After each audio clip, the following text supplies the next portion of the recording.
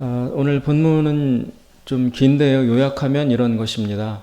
다니엘은 이스라엘 사람으로서 바벨론이라는 강대국의 포로로 끌려왔다가 그곳에서 발탁되어 아주 그 고위 관료, 왕 옆에서 일하는 최고위 관료로 일을 했었습니다. 그러다가 그 바벨론이라는 나라가 메데와 바사, 즉 지금의 이란, 페르시아라는 나라에게 멸망당했어요. 그러면 상식적으로 보면 패전국의 관리였으면 다시 등용하지 않는 것이 원칙이겠죠. 그런데 이 새로운 메대 왕 다리오가 다니엘을 그대로 중용하여 나라의 고위 관리직에 임명을 했습니다. 전국을 120 지역으로 나눈 후에 그 위에다가 책임 총리 3명을 세웠는데 그 중에 한 사람이 다니엘이었어요. 그런데 왕이 다니엘이 일하는 것을 지켜보다가 다니엘이 워낙 뛰어나고 탁월하니까 그 3명의 총리 중에서도 가장 높은 최고 총리로 임명하게 되었던 것입니다. 그러자 그 나머지 2명의 총리, 주로 그 사람들이 다니엘을 시기한 것이죠. 왜냐하면 저 사람은 우리 본토 사람도 아니고 적국의 관리였어요. 그리고 적국의 관리였던 것도 그 출신 성분이 너무 미천하여 적국의 본토인도 아니고 먼 유대라는 곳에서 포로로 끌려와서 바벨론에게 등용되어 있던 그 사람을, 그렇게 출신이 미천하고 빈한한 그런 사람을 우리 승전국의 메대 왕국의 여러 관리 중에 하나도 아니고 우리 본토인들보다 더 위에서 우리를 관리하는 최고 총리로 세우는 것, 거기에 그 나머지 고위 관리직 사람들이 강력한 분노와 시기심을 느꼈던 것입니다. 그래서 다니엘을 어떻게든 실각시키기 위해서 허점을 잡으려 했습니다. 그런데 다니엘은 워낙 성실한 사람이기에 그 공무에 있어서 책 잡을 일이 하나도 없었어요. 그래서 그 2명의 총리와 그 밑에 있는 부하들이 다니엘을 함정에 빠뜨려서 다니엘을 제거하기 위하여 다니엘의 고유한 습성, 즉 이 사람은 유대인으로서 하루에 3번 기도하는 그것을 꼬투리로 삼아서 다니엘을 함정에 빠뜨려야 되겠다, 그런 생각을 하고 꾀를 짜낸 것입니다. 그래서 이 나머지 그 2명의 총리와 다른 관리들이 왕에게 가서 법률 제정을 신청했어요. 요청했어요. 어떤 법률이냐? 앞으로 30일 동안 우리 왕이 신보다 능한, 신보다 위대한 존재이시기에 어느 누구든지 기도를 하든지 무엇을 구하든지 부탁하든지 아니면 절을 하든지 그 모든 기도와 경배의 대상은 우리 왕이 되는 것이 합당하다. 우리 왕보다 더 능가하는, 왕보다 더 위대한 신도 없고 인간도 없기에 모든 기도와 경배는 우리 왕에게만 바쳐져야 한다. 그러니 앞으로 30일 동안 전국을 샅샅이 조사해서 우리 왕이 아닌 다른 신과 대상에게 엎드리거나 기도하거나 경배하는 자가 있으면 그 사람을 즉각 체포하여 굶주린 사자의 굴에 집어넣어서 즉결 심판을 하도록 하십시다. 그렇게 왕에게 제안을 합니다. 왕의 입장에서는 자기를 그렇게 높여주고 그렇게 존귀히 여기니 반대할 이유가 없겠죠. 그래서 왕이 거기에 도장을 찍습니다. 그리고서는 그 법이 실행되자마자 그 함정을 판 관리들이 다니엘의 그 예루살렘을 향하여 창을 열고 여호와 하나님에게 하루 3번 기도하는 그 습성을 미리 관찰하였다가 다니엘이 엎드려 기도하자마자 다니엘을 고발한 것이죠. 우리가 법률을 정해놨는데 그 법률을 정면으로 위반하는 범죄자가 나타났습니다. 그게 누굽니까? 왕이 그토록 신뢰하시는 신임하는 다니엘입니다. 그 왕이 법률로 정하고 그 왕의 어인을 찍었기 때문에, 그래서 법률을 선포했기 때문에 왕도 정해진 법률을 위배할 수 없도록 만들어 놓고 다니엘이 거기에 걸리도록 유도하여서 함정을 판 것입니다.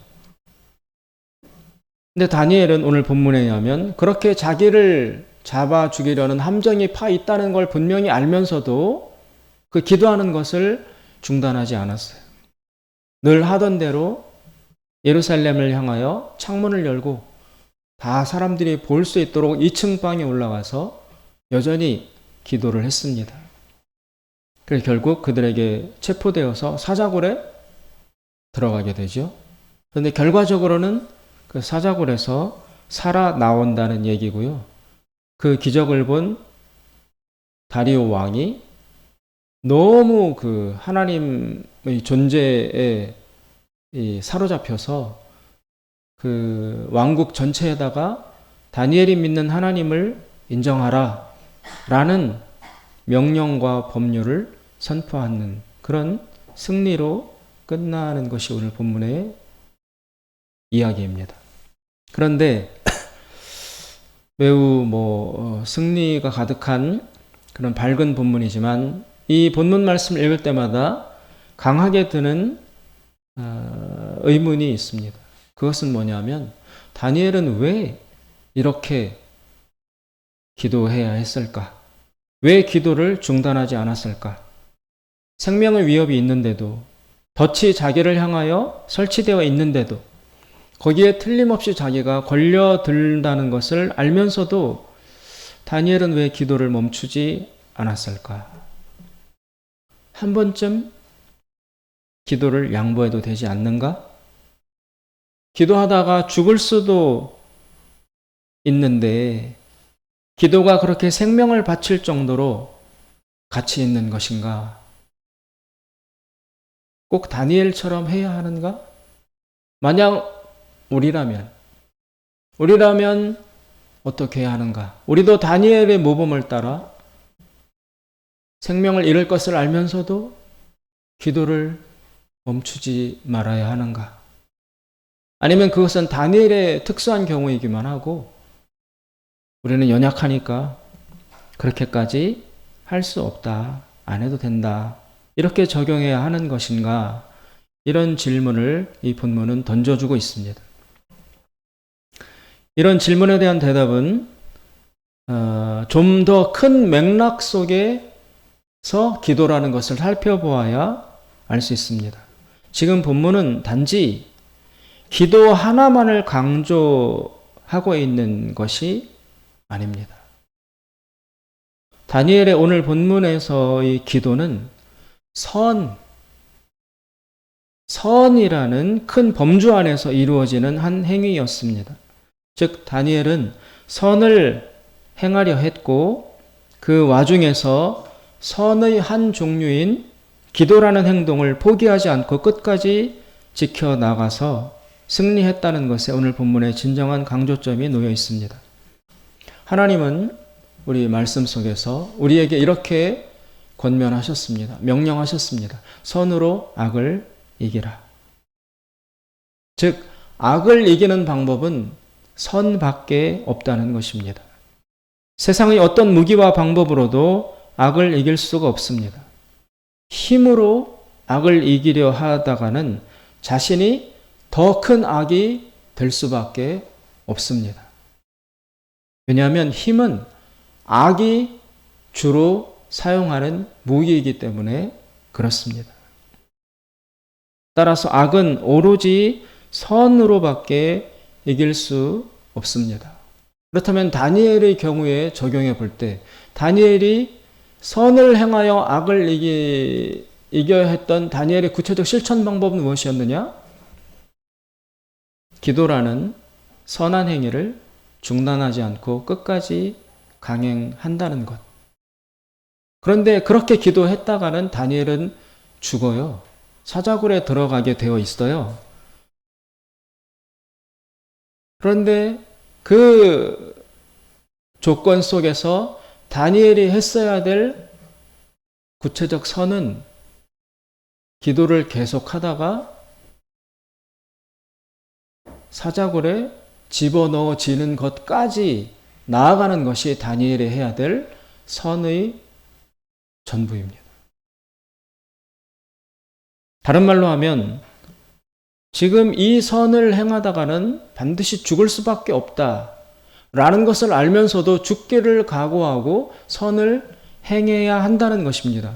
따라서 우리 오늘날의 그리스도인들도 단지 기도 하나만을 이야기하는 것이 아니라 우리 삶을 살아갈 때 선과 악의 갈등에 직면해 있을 때 선을 선택해야 하는가? 알지만 타협하고 악을 선택해야 되는가라는 기로에 서 있을 때 오늘날의 그리스도인들도 어떻게 행동해야 하느냐? 선을 행하고 죽는 길로 가야 한다는 것입니다. 설마 그렇게까지? 내가 죽는 건데도 그래도 해야 됩니까? 선을 포기해서는 안 됩니까? 그렇습니다. 죽기를 알면서도 선을 행해야 되고 그 선을 행하다가 죽는 자리에까지 가야 하는 것이 그리스도인의 행동 원칙입니다. 이처럼 선을 행하기 위해서는 두 가지가 필요합니다. 첫째, 자기 확신이 있어야 합니다. 즉 자신의 평소의 삶이 최대한 선을 행하여 헌신되어 있어야 합니다. 만약 선을 행하지 않으면서도 자신이 선한 사람이라고 선의 편이라고 생각한다면 그것은 큰 착각이요 자기 기만입니다. 이런 사람의 선에 대한 주장은 설득력이 없습니다. 오히려 위선자라고 욕만 먹을 뿐입니다. 다니엘은 선에 대해서 헌신되어 있던 사람입니다. 그래서 자기가 죽지 않고 이 선을 행하다가 결국은 하나님에 의해서 살아날 수 있을 것이라는 것에 대해서 확신을 가지고 있었습니다. 오늘 6장 22절을 보시면 오늘 본문 6장 22절을 보시면 다니엘이 이렇게 자기 확신을 표현합니다. 22절 21절부터 읽으면 다니엘이 왕에게 고하되 왕이여 원컨대 왕은 만세수를 하옵소서. 나의 하나님이 이미 그 천사를 보내어 사자들의 입을 봉하셨으므로 사자들이 나를 상해치 아니하였사오니 이는 나의 무죄함이 그 앞에 명백함이오며 또 왕이여 나는 왕의 앞에도 해를 끼치지 아니하였나이다. 다니엘은 공직자로서의 평소 삶이 깨끗했어요. 충성됐어요. 흠이 없었습니다. 철저히 선을 행하고 있었습니다. 그래서 자신의 선에 대한 확신이 있었기 때문에 선을 끝까지 지켜나가는 그 일에 악이 위협한다 할지라도 이 선을 행하다가 죽을 수도 있다는 위험이 닥쳐온다 할지라도 자기가 선한 쪽에 섰다는 선한 일을 했다는 자기 확신이 있었으므로 이 선행을 끝까지 밀고 나갈 수 있는 내적 힘을 가질 수 있었다라는 것입니다. 이런 자기 확신이 없으면 자기는 선을 행하지 않으면서도 악의 편에 있으면서도 선을 주장한다. 그건 위선이 되기 때문에 다른 사람들에게 설득력을 가질 수가 없습니다. 따라서 선을 주장하려면 선을 끝까지 밀고 나가려면 평소에 자신의 삶이 선한 쪽에 헌신되어 있어야 합니다. 그런 사람만이 선을 주장할 수 있습니다. 두 번째는 하나님에 대한 확신이 있어야 합니다. 그 밑에 한 절 23절을 더 읽어보면 다니엘이 이렇게 고백합니다. 왕이 심히 기뻐서 명하여 다니엘을 굴에서 올리라 하매 그들이 다니엘을 굴에서 올린즉 그 몸이 조금도 상하지 아니하였으니 이는 그가 자기 하나님을 의뢰함이었더라. 자기 하나님을 신뢰함이었더라. 이 말은 다시 말하면 하나님이 다니엘 자신의 선을 반드시 지켜주실 것이라는 믿음이 있었다라는 것입니다. 이것은 하나님도 선하신 분이라는 확신과 신뢰가 없다면 가질 수 없는 생각입니다. 누구든지 선을 행하려면 먼저 하나님이 선하신 분이라는 사실을 먼저 인정해야 합니다. 이 확신이 없으면 아무도 선을 행하려 하지 않을 것이고 아무도 도덕적 선택 앞에서 선을 행할 수 없습니다. 내가 선한 것도 중요하지만 더 중요한 것은 선하신 하나님이 계셔서 나의 선을 반드시 끝까지 지켜주실 것이다 라는 믿음과 확신이 있어야만 나의 개인적 선을 행할 수 있다라는 것입니다. 하나님이 선하시지 않다거나 하나님이 선을 지켜주시지 않는다라는 이런 불안함, 확신 없는 상태에 처해 있으면 이 선을 행할 내적 힘을 가질 수가 없습니다. 우리는 지금 소위 포스트 모더니즘이라는 문화와 사회 속에서 살고 있습니다. 포스트 모더니즘이란 좀 어려운 말이지만 한마디로 기준이 없다라는 거예요. 기준이. 각자 개인 한 사람 한 사람이 다 중요하므로 아무도 자기 주장을 남에게 강요해서는 안 된다. 이것이 지금 우리 사회를 지배하고 있는 포스트 모더니즘 문화의 본질입니다. 다 중요하다.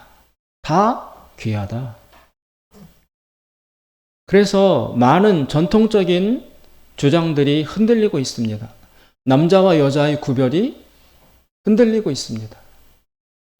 또 남자와 여자의 결합이라는 결혼의 정의가 틀렸다라고 반박받고 있습니다.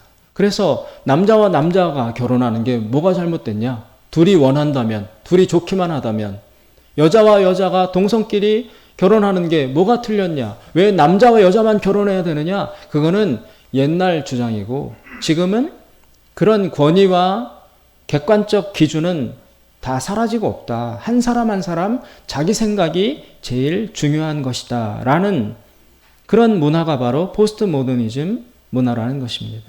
어른과 노인에 대한 존경도 그럴 필요가 없다라는 주장에 부딪히고 있습니다. 노인이나 젊은이나 다 똑같은 개인 아니냐? 그래서 왜 노인이라고 더 우대해 줄 이유가 뭐냐? 똑같지, 동등하지. 이것은 또 다른 논리를 불러옵니다. 어린이, 여자, 약자도 보호해 줄 필요가 없다. 동때동이다. 즉, 선과 악의 기준 자체가 사라져가고 있습니다.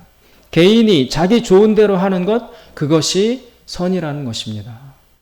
각 개인을 규제할 수 있는 개인 위에 존재하는 객관적 기준이 없다라는 것이 바로 지금의 포스트 모더니즘 사회, 다원주의 사회, 현대화된 사회의 핵심 주장인 것입니다. 아무도 내가 좋은 것, 내가 하겠다는 것을 막을 수 없다. 막아서도 안 된다. 그래서 학교에서 선생님이 학생을 때려서도 당연히 안 된다. 아니, 혼내켜서도 안 된다. 아이의 인권이 있으므로 왜 교사라는 미명하에 아이의 인격을 짓밟느냐? 아이가 원한다면 선생님도 건드려서는 안 된다. 더 나아가서 부모가 자녀를 훈계해서도 안 된다. 자녀는 독립된 개체이므로 그 개체, 그 개인의 인격을 존중해 줘야 하는 것이 부모가 지켜야 될 선이다. 따라서 부모도 자녀에게 강요하거나 권위를 행사해서는 안 된다. 결국 인권이라는 이름으로 아무도 타인을 규제해서도 안 되는, 규제할 수 없는 혼란스러운 무정부 상태의 사회가 지금 형성돼 가고 있는 것입니다. 오직 개인이 왕이다. 오직 개인이 마지막 기준이다. 라는 것이 지금의 지배적인 문화와 사상입니다. 그러나 그런 사회에서 살고 있어도 하나님을 믿는 그리스도인은 확고부동한 확신이 있어야만 제대로 살 수 있는 사람들입니다. 술에 물 탄 듯 물에 술 탄 듯 세상과 섞여서 기준 없이 살아서는 안 되는 사람들이 바로 그리스도인입니다. 그리스도인들은 그렇지 않다. 세상에는 확고부동한 기준이 있다. 라고 믿고 살아가는 사람들입니다. 이 그리스도인의 확신은 어디에서 오는가? 첫째, 선과 악은 분명히 구분된다.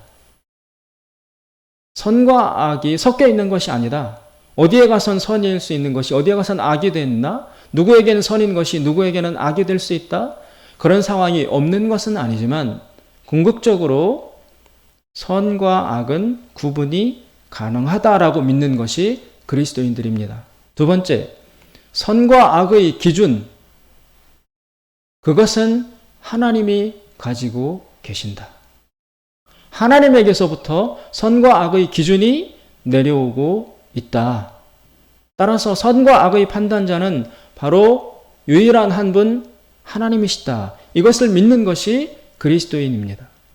세 번째, 그 하나님은, 선과 악을 주관하시는 하나님은 반드시 100% 선하신 분이다. 악은 조금도 없는 분이다. 즉 한마디로 말해서 도덕적인 분이다. 하나님은 도덕적인 분이에요. 그래서 하나님은 선을 옹호하고 선을 장려하고 악은 미워하고 심판하시는 분이다라는 것이 성경에 분명하게 나타나 있습니다. 하나님은 모호한 분이 아닙니다. 하나님은 막연한 분이 아닙니다. 하나님은 선과 악을 구분하신 분이시고 선을 기뻐하시되 악은 미워하고 심판하시는 분이다 라는 것이 그리스도인이 믿어야 될 강력한 세 번째 원칙입니다. 그래서 결론적으로 이제 말하자면 그리스도인은 하나님에 대한 신뢰에 기반하여 분명히 선을 향해서 도덕적으로 살아야 하는 사람들이다 라는 정의가 내려질 수 있습니다. 오늘 본문에 나오는 다니엘은 지금 종교적 핍박을 받고 있다는 이야기가 아닙니다. 이 메대 사람들이 다니엘이 기도하고 있기 때문에 우리와 다른 종교를 가지고 있기 때문에 핍박하고 있다가 아니에요. 이때 당시에 다리오 왕은 종교 다원주의의 왕이었어요. 그래서 유대교라고 핍박하고 자기네 신만 믿어라 하는 그런 왕이 아니었어요. 각자 믿는 종교를 다 허용하는 왕이었어요. 따라서 지금 다니엘이 여호와 하나님에게 기도하고 있기 때문에 핍박받고 있다. 그 얘기가 아닙니다. 지금 다니엘은 선과 악의 싸움에 뛰어들어 있다는 것이 본문의 요지입니다. 다니엘의 적은 그럼 누구인가?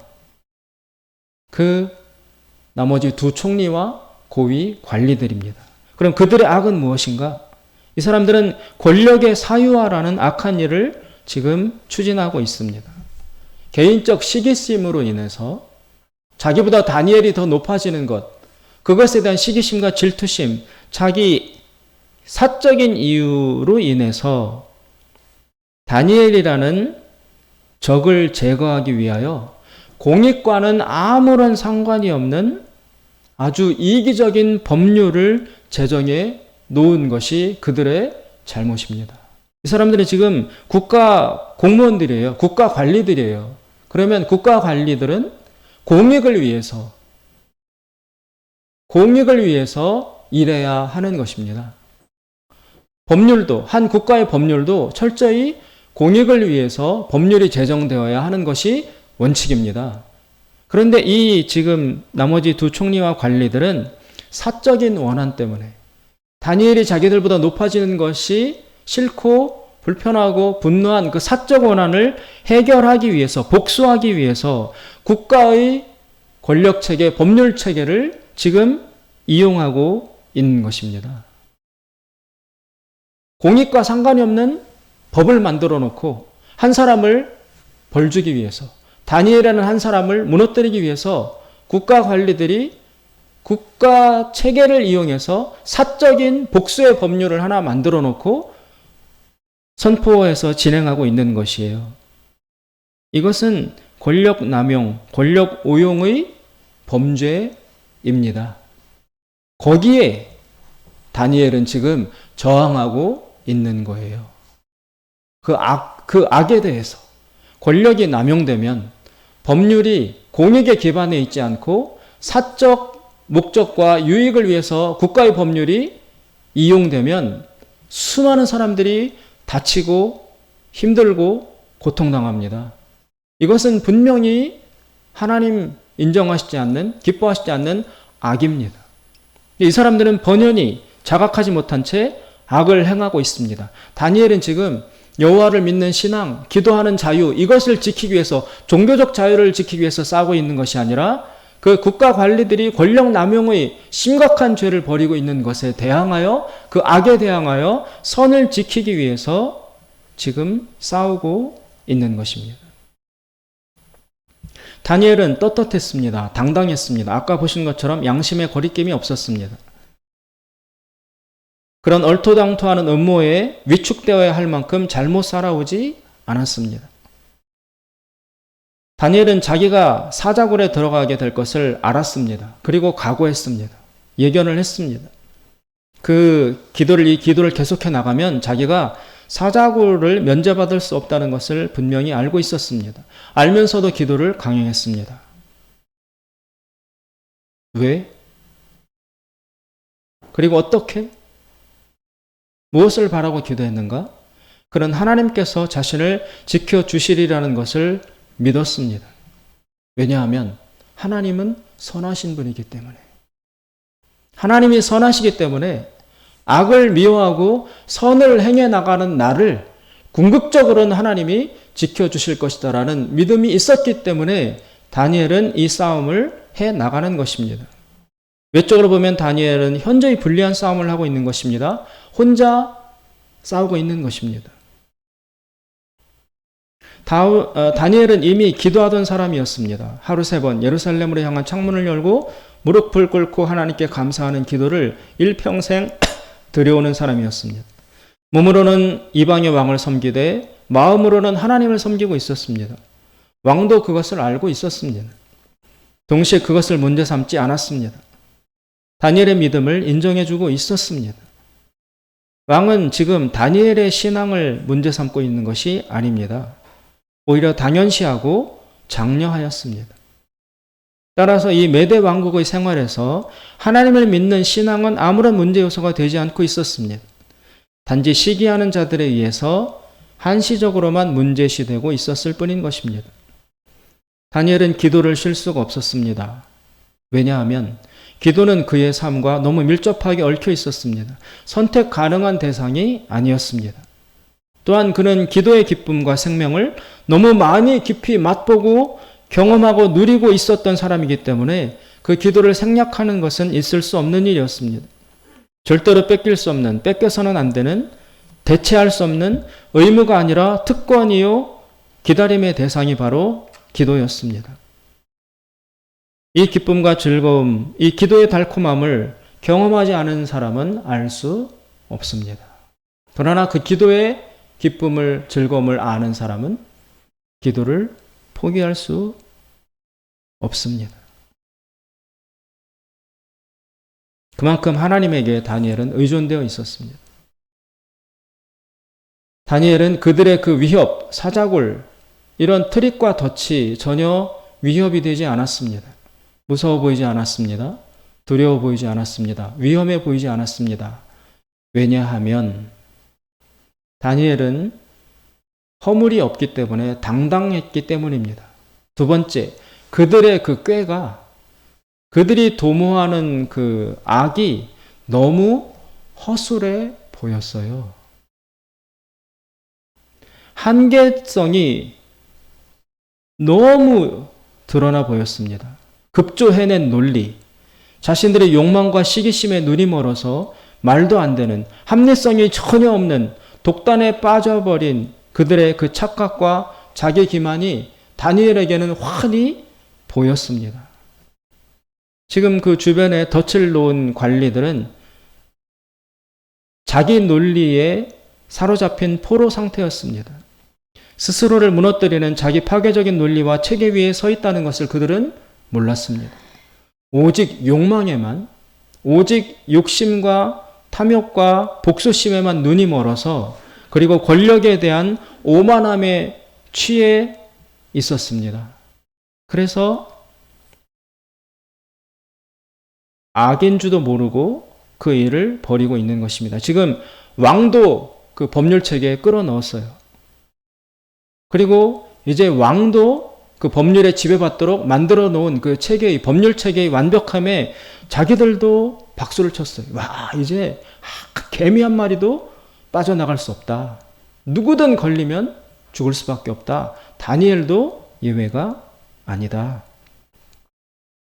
그들은 자신들이 급조해낸 그 함정 체계가 얼마나 비합리적이고 속임수가 가득하며 비인간적이고 악의가 가득한지를 지금 몰라요.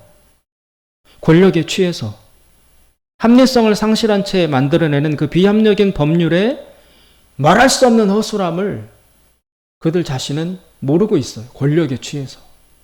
그런데 선의 눈에서 보면 환히 보여요.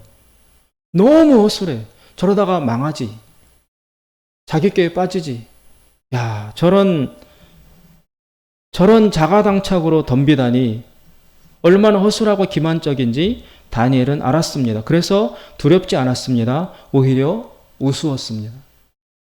그래서 당당하게 사자굴에 걸어 들어갔고 기도를 강행했습니다. 사랑하는 여러분, 악의 도모는 절대로 서지 못합니다. 믿으십니까? 악은 선이 결여된 것입니다. 그런데 그 선이 결여되어 있다는 것이 얼마나 치명적인 결함이요? 부족한 결격 요소가 되는지 아십니까? 이 우주에서 선은 가장 강하고 근본적이고 필수적이고 본질적이고 기초적인 요소입니다. 그러므로 이 선을 갖추지 못했다라는 것은 치명적인 결함이고 치명적인 결격 사유입니다. 그런데 악인들은 이것을 철저히 모릅니다. 왜냐하면 그들에게는 힘이 있기 때문이에요. 지금 권력이 있기 때문이에요. 그들은 힘이 우주의 근본 요소, 마지막 결정 요소, 절대적 요소라고 생각을 합니다. 그래서 그 힘을 갖고 있음으로써 그들은 오만해집니다. 그러나 동시에 어리석어집니다. 한없이 어리석어집니다. 지혜와 분별력, 판단력, 상식 이런 것들이 현저히 유실됩니다. 다 흘러 떠내려갑니다. 그래서 전혀 비합리적인 자기 파멸적인 선택과 행동을 하게 되는 것입니다. 그리고 그렇게 함으로써 스스로 붕괴되고 파멸됩니다. 여러분, 악의 대명사가 누구입니까? 사탄입니다. 사탄은 힘을 가지고 있었어요. 그런데 그 힘 때문에 역설적으로 절대적으로 어리석어집니다. 사탄은. 그래서 사탄이 예수님을 십자가에서 죽이잖아요. 예수님은 연약한 채로 십자가에서 죽으셨습니다. 그런데 예수님이 죽으심으로 말미암아 부활의 능력이 이 온 우주에 방출될 수 있었어요. 예수님이 죽으심으로 성령이 비로소 나타나실 수 있었던 것입니다. 사탄은 그것을 몰랐어요. 예수만 죽이면 자기가 이길 줄 알았는데 예수님은 죽었어요. 그런데 죽은 것으로 끝난 게 아니라 부활하셨어요. 부활하시면서 이 땅에 모든 믿는 자들에게 부활의 능력과 생명을 가득 부어주셨어요. 성령이 오셨어요. 사탄이 이길 수 없는. 그들은 바보같이도 전 우주에 예수님의 생명을 무차별적으로 풀어놓게 되는 결과를 가져왔습니다. 여러분, 민들레 아시죠? 민들레? 거기에 그 홀씨가 이렇게 탐스럽게 열리잖아요. 그 민들레, 그렇게 탐스럽게 홀씨를 담고 있는 그 민들레가 싫어서 민들레를 치워버린다고 그렇게 서 있는 민들레를 발로 차가지고 꺾어버렸어요. 네? 그 민들레 하나는 꺾였어요. 그 결과 어떻게 되죠? 거기에 달린 민들레 홀씨들이 온 사방 다 퍼져나가서 민들레 밭이 돼요. 예수님의 죽음이 그랬다라는 거예요. 예수 하나만 죽이면 끝날 줄 아는데 예수는 죽었지만 예수님이 다시 살아나면서 가지고 온 부활의 영 성령이 온 세상에 흩어 퍼져서 도저히 사탄이 감당할 수 없는 선으로 생명으로 이 땅이 가득 차게 되었다라는 것입니다. 악은 선을 절대 이길 수 없습니다. 다니엘의 지금 죽음, 이 기도와 사자굴에 갇힌 이 행위가 바로 그러한 결과를 가져온 것입니다. 악이 힘을 가지고 무차별적으로 파괴를 시키면 그보다 몇 배, 몇십 배나 더 크고 강한 그 생명과 지혜와 사랑이 선이 우주에 생성되고 창출됩니다. 힘에 의존하는 자들은 꾸준히 지속적으로 점점 더 깊이 어리석어지고 비합리적으로 되어가고 선을 상실하고 상식에서 벗어나고 무모해지고 외골수가 되고 잔인해지고 난폭해지고 비인간적으로 되고 추해지고 고립됩니다. 그러나 그들은 모릅니다. 힘이 있기 때문에 다 막을 수 있다라고 생각합니다. 그래서 선을 죽여버려요. 선은 죽어요, 일단. 그러나 반드시 다시 살아나서 악에 감당할 수 없는 엄청난 힘과 생명을 이 땅에 퍼뜨리게 되는 것입니다. 다니엘을 죽이려 했던 이 관리들은 모두 사자굴에 집어넣어져서 그 가족들까지 죽임을 당했습니다. 그러나 다니엘은 여러분 죽었습니까? 결과적으로? 사자굴에 들어가긴 했지요. 죽음과 거의 방불한 상태에 던져졌죠. 그러나 궁극적으로 다니엘이 죽었습니까? 살았습니까? 살았어요. 다니엘이 사자굴에 들어간 것은 예수님의 십자가 죽음을 상징합니다. 그러나 다니엘이 사자굴에서 걸어 나온 것은 예수님의 부활을 상징합니다. 그리스도인들은 악과 싸울 때 반드시 이 패턴을 기억하고 명심해야 합니다. 선을 내가 행해 나갑니다. 하나님을 믿고 핍박이 옵니다. 그리고 이 선을 포기하지 않고 행해 나가면 반드시 죽어요. 피해를 입어요. 고립을 당해요. 엄청난 고통을 겪어요. 그것으로 끝이라면 선을 행해 나갈 힘이 없지만 그런 죽음 같은 데 들어가지만 그걸로 끝이 아니라 반드시 다시 살아납니다. 그것을 믿어야 이 선을 끝까지 행해 나갈 수 있는 자기 확신을 가질 수 있는 것입니다. 이것이 그리스도인들에게 주어진 힘입니다. 이것을 믿지 못하면, 이것을 모르면 그리스도인들이라 할지라도 타협할 수밖에 없고 악에게 굴복할 수밖에 없습니다. 내적 힘이 없거든요. 그래서 싸우는 척하다가 어느 선까지 선을 주장하다가 제풀에 주저앉습니다. 이 사람에게서는 선의 열매가 맺힐 수 없습니다. 하나님을 믿고 다니엘처럼 예수님처럼 사자굴에까지 들어가야 합니다. 십자가에까지 서야 합니다.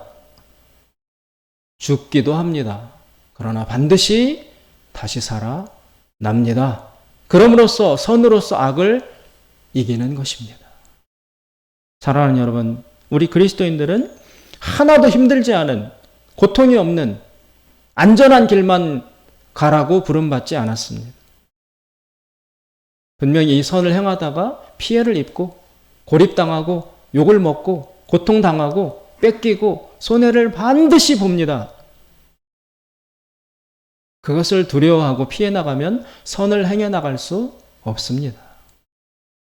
거기까지 넘어가야지. 그걸 통과하고 나면 반드시 선하신 하나님이 나의 선에 보호를 하셔서 승리를 주시는 것입니다.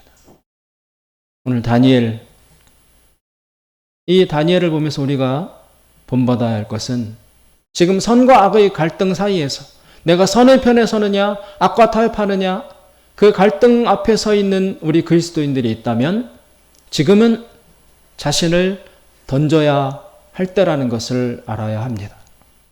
과감하게 선을 향해서 하나님을 바라보고 내가 죽는 것을 각오하고 나를 선을 향해서 던져야 합니다. 거기까지 가야만 부활을 맛볼 수 있습니다. 지금은 자신을 던져야 할 때입니다. 기도하겠습니다. 자비로우신 하나님 아버지, 세상은 위기에 빠져 있습니다. 힘을 가진 악이 그 힘을 마음대로 행사하여 많은 사람들이 고통당하고 있습니다. 이 악의 지배 앞에서 하나님을 믿는 우리 그리스도인들은 무엇을 행해야 하겠습니까? 나는 연약하지만 강하신 하나님을 바라보고 나 자신을 선을 향하여 던져야 할 때인 줄로 믿습니다. 그리하면 반드시 주님은 죽었던 나를 부활시키셔서 예수의 죽음 이후에 성령이 오셨듯이 예수의 죽음 이후에 부활의 영이 온 우주에 가득 찼듯이 우리의 작은 선행을 통하여 이 땅에 우리 공동체 가운데 하나님의 평강이 그리고 하나님의 나라가 임하게 하실 줄로 믿습니다. 예수님의 이름으로 기도드리옵나이다. 아멘.